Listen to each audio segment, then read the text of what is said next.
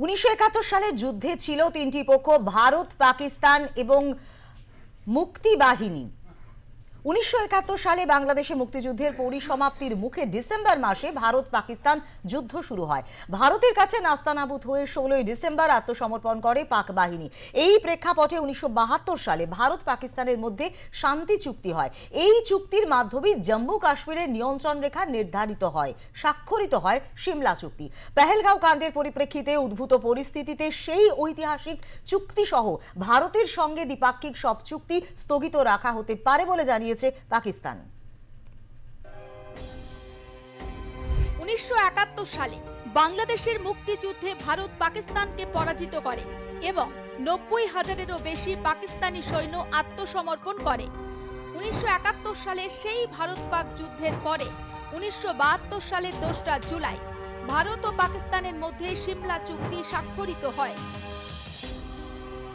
ভারতের তৎকালীন প্রধানমন্ত্রী ইন্দিরা গান্ধী এবং পাকিস্তানের তৎকালীন প্রেসিডেন্ট জুলফিকার আলী ভুট্টো হিমাচল প্রদেশের সিমলায় এই চুক্তি স্বাক্ষর করেন, যা ভারতের ভূ রাজনীতিতে একটি গুরুত্বপূর্ণ মোড় নিয়ে আসে। এই চুক্তির মাধ্যমে জম্মু কাশ্মীরের নিয়ন্ত্রণ রেখা নির্ধারিত হয়। চুক্তির অন্যতম শর্ত ছিল জম্মু কাশ্মীরের যুদ্ধবিরতির সময় দুদেশের বাহিনী যেখানে অবস্থান করছে সেখানেই অবস্থান করবে। কোনো দেশই একতরফাভাবে নিয়ন্ত্রণ রেখা লঙ্ঘন করবে না। সেই চুক্তিতে মূলত 5টি বিষয়ে জোর দেয়া হয়। 1972 সালের সিমলা চুক্তি, যুদ্ধের পর ভারত ও পাকিস্তানের মধ্যে স্থায়ী শান্তি প্রতিষ্ঠা করা। উভয় দেশ কাশ্মীর সহ সকল বিরোধ দ্বিপাক্ষিকভাবে বহিঃশক্তির হস্তক্ষেপ বাদ দিয়ে সমাধানে সম্মত হয়। জম্মু ও কাশ্মীরে নিয়ন্ত্রণ রেখায় যুদ্ধ পরবর্তী অস্ত্রবিরতিকে সম্মান করা এবং একতরফাভাবে বা বলপূর্বক এর পরিবর্তন করার চেষ্টা না করা।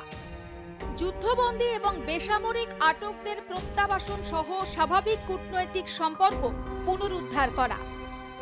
শান্তিপূর্ণ সহাবস্থান এবং আঞ্চলিক অখণ্ডতা এবং সার্বভৌমের প্রতি পারস্পরিক শ্রদ্ধার প্রতিশ্রুতি। পেহেলগাঁও কাণ্ডের প্রেক্ষিতে পাকিস্তানের বিরুদ্ধে ইতিমধ্যেই একগুচ্ছ পদক্ষেপ নিয়েছে নয়াদিল্লি। নয়াদিল্লিতে পাক হাই কমিশনে প্রতিরক্ষা সংক্রান্ত আধিকারিকদের অবাঞ্ছিত হিসাবে ঘোষণা করা হয়েছে।